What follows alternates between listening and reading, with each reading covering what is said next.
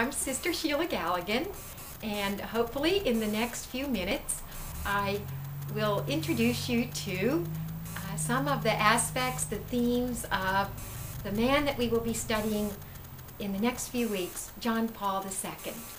The course is entitled John Paul II, A Remarkable Life. It could also be John Paul II, A Remarkable Legacy.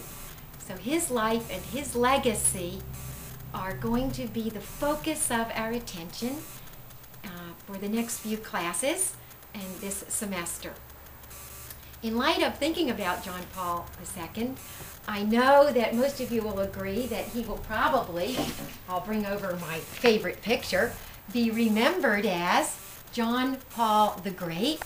I think he might be called John Paul the Mercy Pope, and certainly he will always be remembered in light of the famous biography by George Weigel, which is very nicely, aptly entitled Witness to Hope. And perhaps it is the word hope that will be most connected with the memory of John Paul II, a witness to hope. Before getting into some of the specifics of our class, I'd like to situate John Paul II in light of a reflection that I saw once on YouTube, and it was entitled The Dash. I'll contextualize with the person of John Paul II. He was born on May 18, 1920, and died on April the 2nd, 2005. On a tombstone, there would be a dash in between those dates. What's important is that dash. What happened in between 1920 and 2005?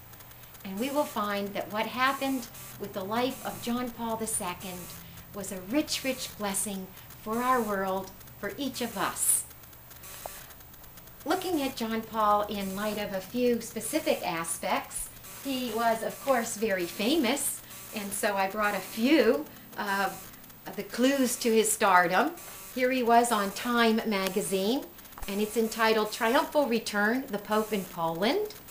I have from October in 1979, already being called John Paul Superstar, and the Weekly Standard in 2005, John Paul the Great. John Paul the Great. Looking at him, though, maybe in light of some specifics, we could remember that he was, first of all, a playwright and a poet. He wanted to be an actor when he was young. He became a professor, so we remember his philosophical and his theological insights, his very, very keen intellect. He spoke 8 languages fluently. The heart of the person of the Pope would be linked with his vocation, so he was called to be God's faith-filled servant as a priest. And for John Paul, I think that's what he would like to be remembered as. John Paul the priest, the pastor of God's people. As priest, he then was elected as Pope, the pontiff, we call him in ecclesial language. And pontiff means bridge, comes from the roots of Latin, pons, pontus, bridge. And finally, I think he could be remembered as a prophet.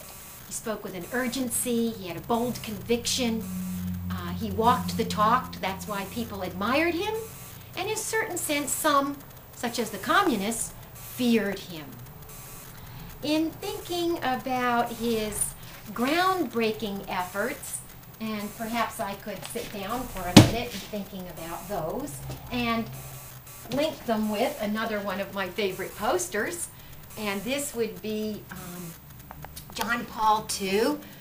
Just before he died, it was his trip to the Holy Land, and the photo is called A Blessing to One Another.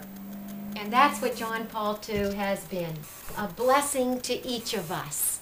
Let's think of the blessings of his groundbreaking efforts.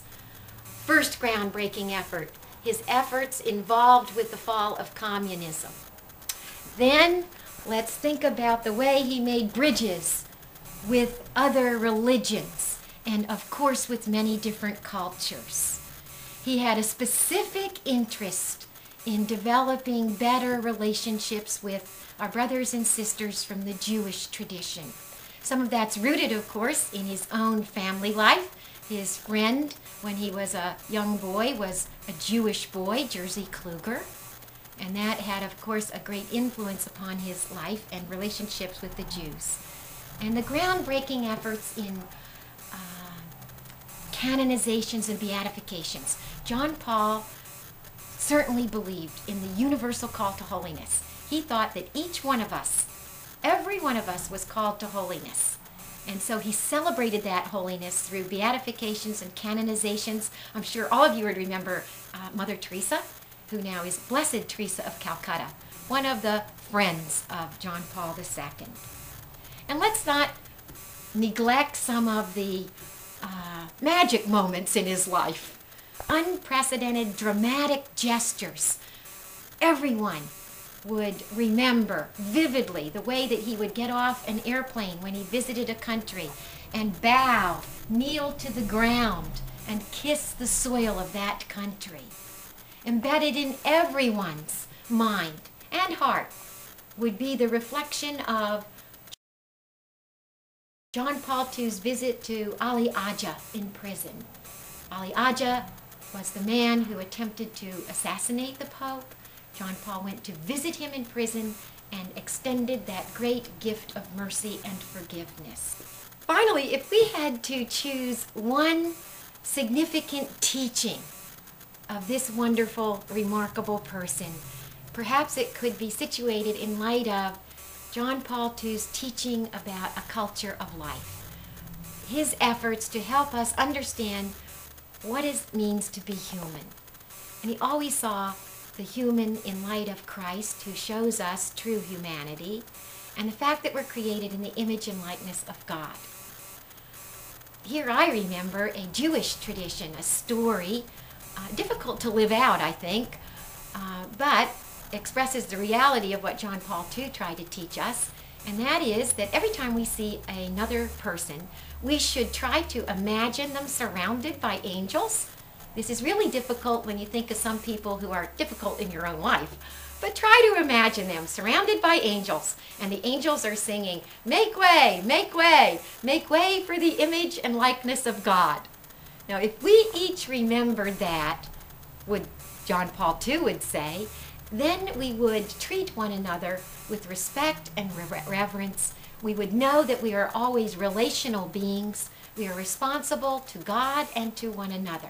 And so John Paul was intimately connected with promoting a civilization of love, rooted in celebrating a culture of life. I'll close with going back to this picture of the blessing, because that is the one word that crystallizes for us who and what John Paul II was for us. God's gift that is a blessing. And I hope that you will find it a blessing to explore his life more deeply in the coming weeks. Thank you.